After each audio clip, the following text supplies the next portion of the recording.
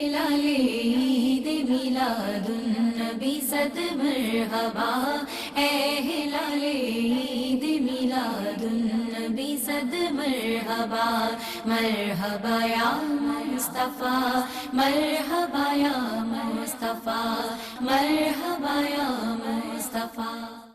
خالق ذوالجلال تیری ذات، خالق ذوالجلال تیری ذات، اے خدا لازوال تیری ذات، اے خدا لازوال تیری ذات، خالق ذوالجلال تیری ذات، خالق ذوالجلال تیری ذات، روح گر جسم گر شبیہ گر،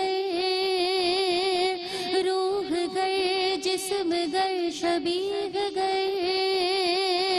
روح گر جسم گر شبیہ گر، رب حسن و جمال تیری ذات، رب حسن و جمال تیری ذات، اے خدا لازوال تیری ذات، اے خدا لازوال تیری ذات، خالق ذوالجلال تیری ذات،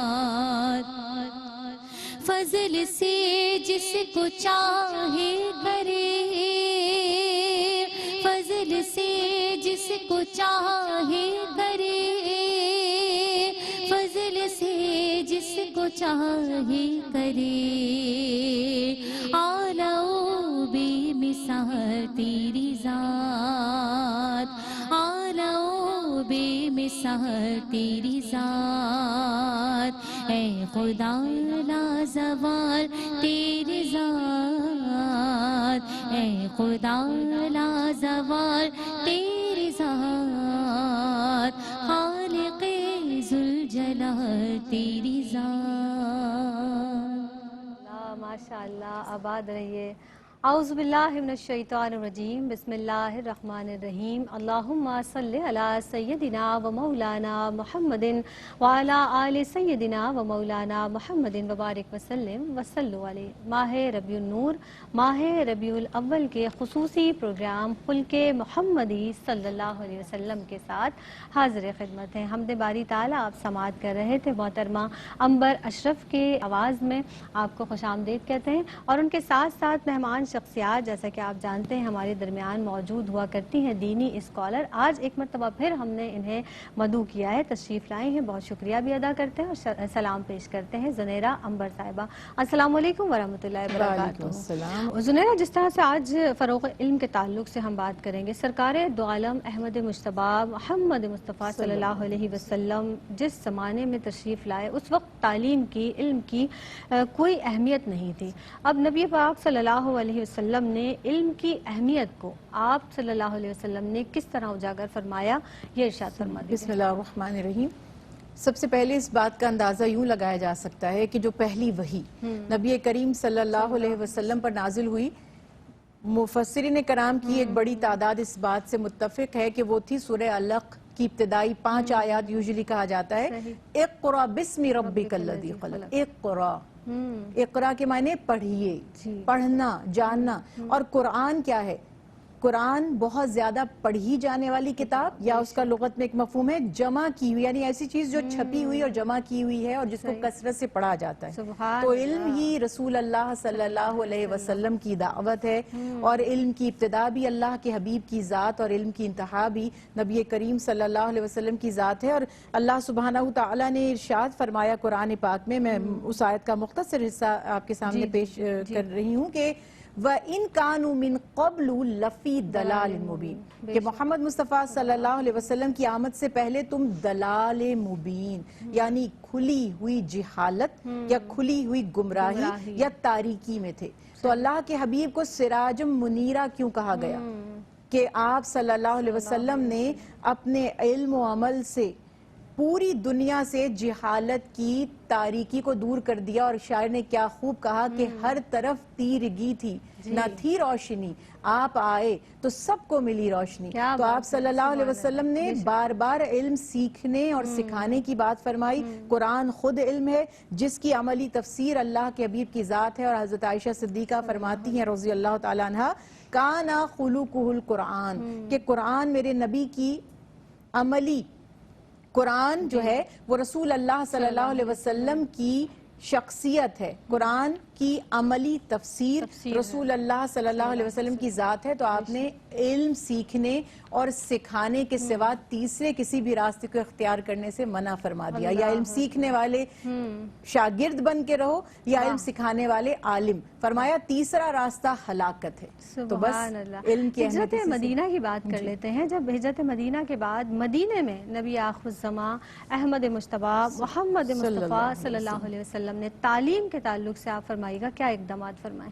کیونکہ مدینہ میں اسٹیبل سچویشن ہو چکی تھی. آپ کو پتا ہے کہ مکہ میں تو بہت اسٹرگل تھی, مشرکین کا بہت زیادہ ان سے دفاعی تدابیر کرنے میں ہی زیادہ وقت درکار ہوتا تھا.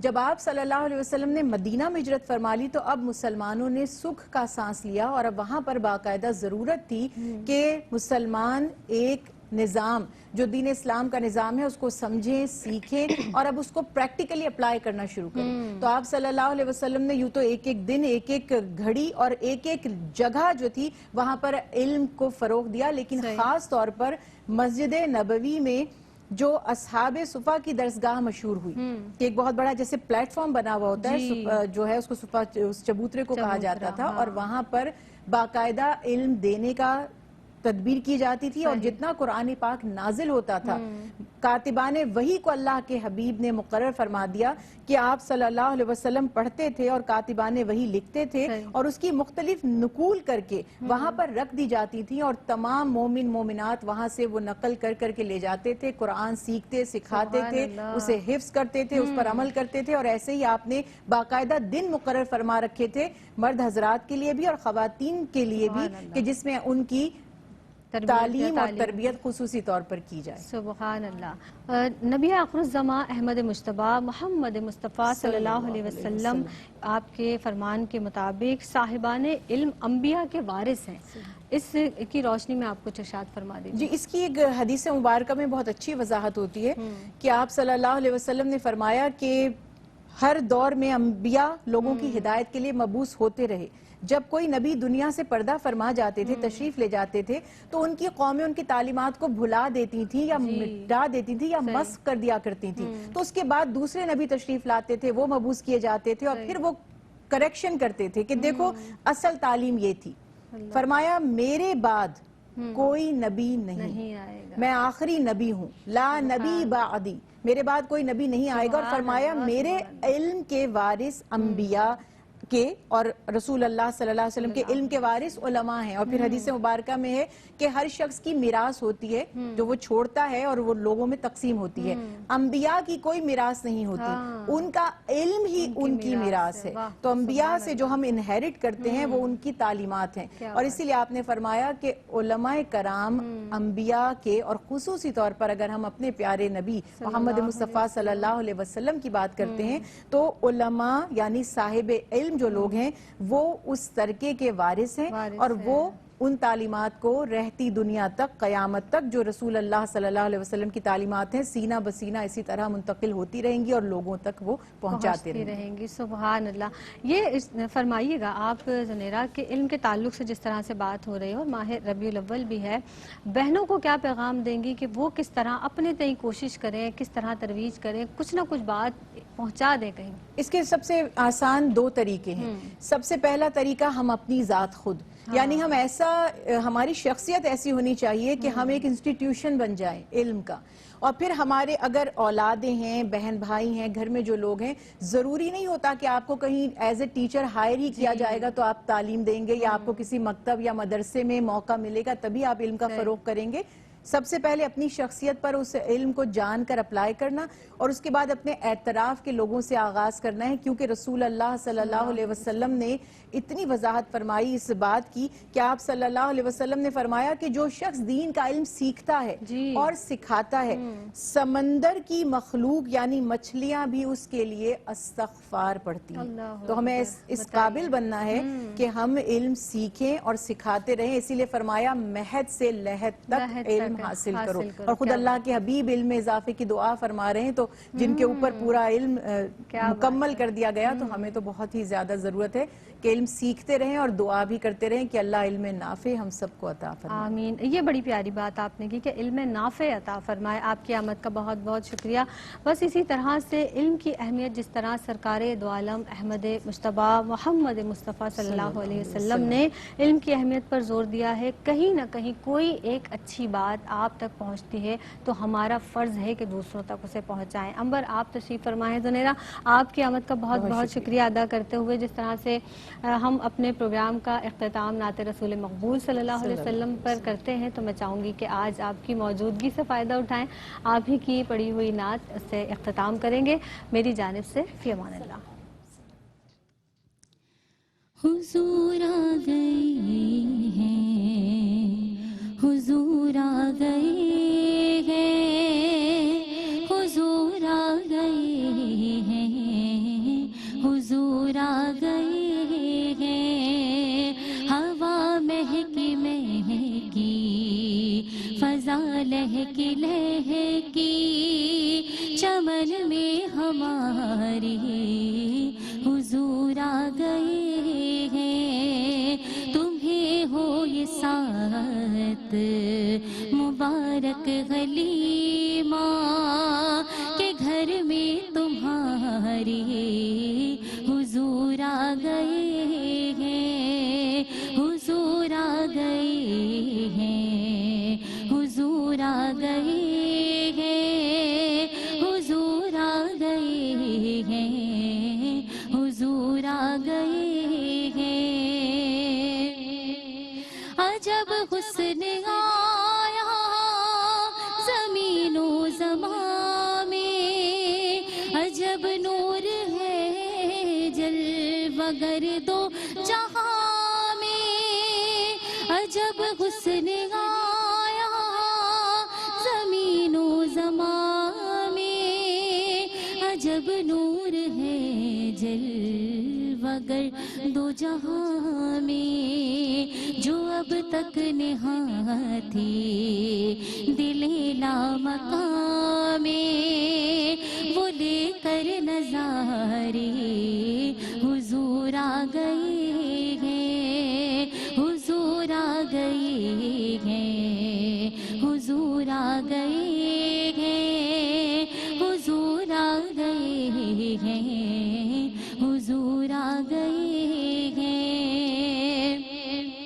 ہے حوروں نے ہر سمت جھرمٹ لگائے، ملک بھی ہے پابرہنہ قطاروں میں آئے، ہے حوروں نے ہر سمت جھرمٹ لگائے، ملک بھی ہے پابرہنہ قطاروں میں آئے، سحر آ رہی ہے قمر جا رہا ہے، جھکے سب ستارے حضور آ گئے ہیں، حضور آ گئے ہیں، حضور آ گئے ہیں، حضور آ گئے ہیں، حضور آ گئے ہیں، بڑی شان والی یہ صائم گھڑی ہے، دو عالم میں پھیلی ہوئی روشنی ہے، بڑی شان والی یہ صائم گھڑی ہے، دو عالم میں پھیلی ہوئی روشنی کی محبت کا پیغام لے کر خدا کے وہ پیاری حضور آ گئے ہیں، خدا کی محبت کا پیغام لے کر خدا کے وہ پیاری حضور آ گئے ہیں، حضور آ گئے ہیں، حضور آ گئے ہیں، حضور آ گئے ہیں، حضور آ گئے ہیں، حضور آ گئے ہیں۔ ہلال عید میلاد النبی صد مرحبا، اے ہلال عید میلاد النبی صد مرحبا، مرحبا یا مصطفیٰ، مرحبا یا مصطفیٰ، مرحبا یا مصطفیٰ۔